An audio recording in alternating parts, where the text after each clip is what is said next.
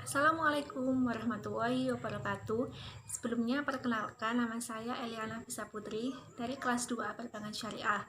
Di sini saya mau menceritakan tentang peristiwa Perjanjian Giyanti dan terbelahnya Jawa.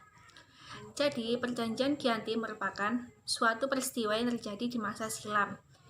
Dan Perjanjian Giyanti ini lahir sebagai segitiga politik antara Pakubuwono III, Pangeran Mangkubumi, dan VOC pada 13 Februari 1755. Nama Giyanti ini diambil dari lokasi penandatanganan perjanjian yang berada di desa Janti. Dulu perjanjian ini dibuat untuk meredakan konflik-konflik yang terjadi secara terus-menerus. Pasca pemindahan Keraton Kartasura ke Surakarta, konflik-konflik tersebut masih belum juga selesai. Kemudian Pangeran Mangkubumi membantu Pakubuwono II untuk meredakan konflik-konflik tersebut. Kemudian Pakubuwono II memberikan sebidang tanah kepada Pangeran Mangkubumi. Akan tetapi, luas tanah yang diberikan kepada Pangeran Mangkubumi itu dari Pakubuwono II itu malah memicu terjadinya kecemburuan. Ada salah satu pangeran yang mengeluh tentang hal tersebut kepada Gubernur Jenderal Baron van Imhoff yang berasal dari Batavia. Kemudian beliau pun memutuskan untuk tidak jadi memberikan tanah tersebut kepada Pangeran Mangkubumi. Dan sejak itu maka timbullah perang Mangkubumen, dan perlawanan tersebut mendorong Gubernur VOC yaitu Nicholas Harting untuk mengambil sikap kepada Jawa Utara dan juga untuk menyelamatkan wilayah operasionalnya secara tertutup melakukan perundingan dengan Pangeran Mangkubumi. Dan kemudian Nicholas pun bersepakat dengan Pangeran Mangkubumi yang beliau juga merupakan calon penguasa tanah Jawa.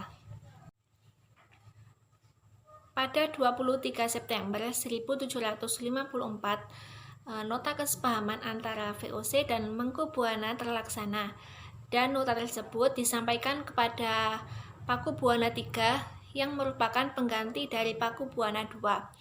Dan nota tersebut berisi dan menyatakan bahwa Pangeran Mangkubumi mendapatkan wilayahnya. Pada 4 November 1754, Pakubuwana III menyatakan persetujuannya terhadap hasil dari Gubernur Jawa Utara. Kemudian, surat pernyataan tersebut disampaikan oleh Pakubuwana III kepada Gubernur Jenderal VOC yaitu Jacob Mussel. Dan kesepakatan ini mendorong terjadinya perjanjian yang besar yang ditandatangani di desa Giyanti yang terletak di timur kota Surakarta. Dan perjanjian Giyanti ini merupakan pangkal dari terbelahnya tanah Jawa menjadi dua bagian yang dikenal dengan Palihan Negara. Dan ini menjadi awal mula Pangeran Mangkubumi naik tahta di Yogyakarta sebagai Hamengkubuwono I dengan gelar Senopati Ingalogo Sayyidin Panotagama Khalifatullah sejak adanya perjanjian tersebut, yaitu pada 13 Februari 1755. Dan proses terbelahnya Jawa tidak terjadi seketika setelah perjanjian Giyanti. Namun, proses pembagian wilayah atau aspek-aspek seperti bahasa dan lain-lainnya membutuhkan proses yang panjang seiring berjalannya waktu. Dan pembagian wilayahnya sengaja diacak sehingga menimbulkan tumpang tindih antara satu wilayah dengan wilayah lain, sehingga di sini memicu terjadinya konflik. Pasca perjanjian Giyanti, Raden Mas Said masih melakukan pemberontakan.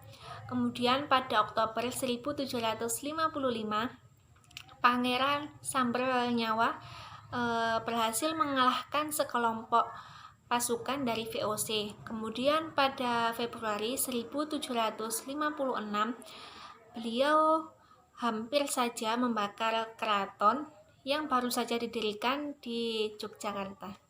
Dan setelah perang bertahun-tahun, VOC pun kemudian menyudahinya dengan menandatangani perjanjian Salatiga pada tahun 1757. Dan juga perjanjian ini menyepakati bahwa Pangeran Sambernyawa mendapatkan wilayah Kasunan Surakarta yang dikenal dengan Kadipaten Mangkunegara. Pangeran Sambernyawa kemudian mendapatkan gelar Kanjeng Gusti Pangeran Adipati Arya Mangkunegara Lelono Jaya Misesa Senopati ing Alaga Satya Raga Mataram ing Nagari Surakarta Adiningrat.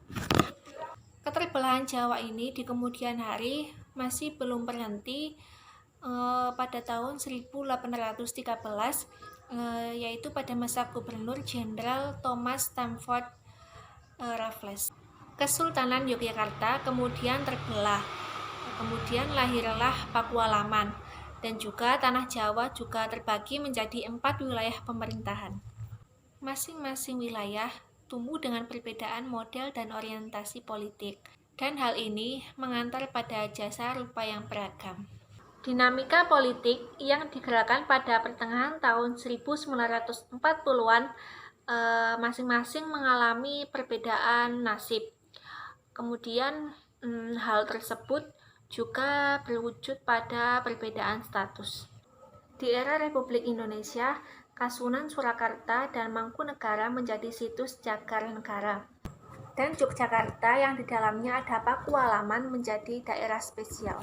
Terima kasih atas perhatiannya. Apabila ada kesalahan dalam tutur kata saya mohon maaf yang besar-besarnya. Wassalamualaikum warahmatullahi wabarakatuh.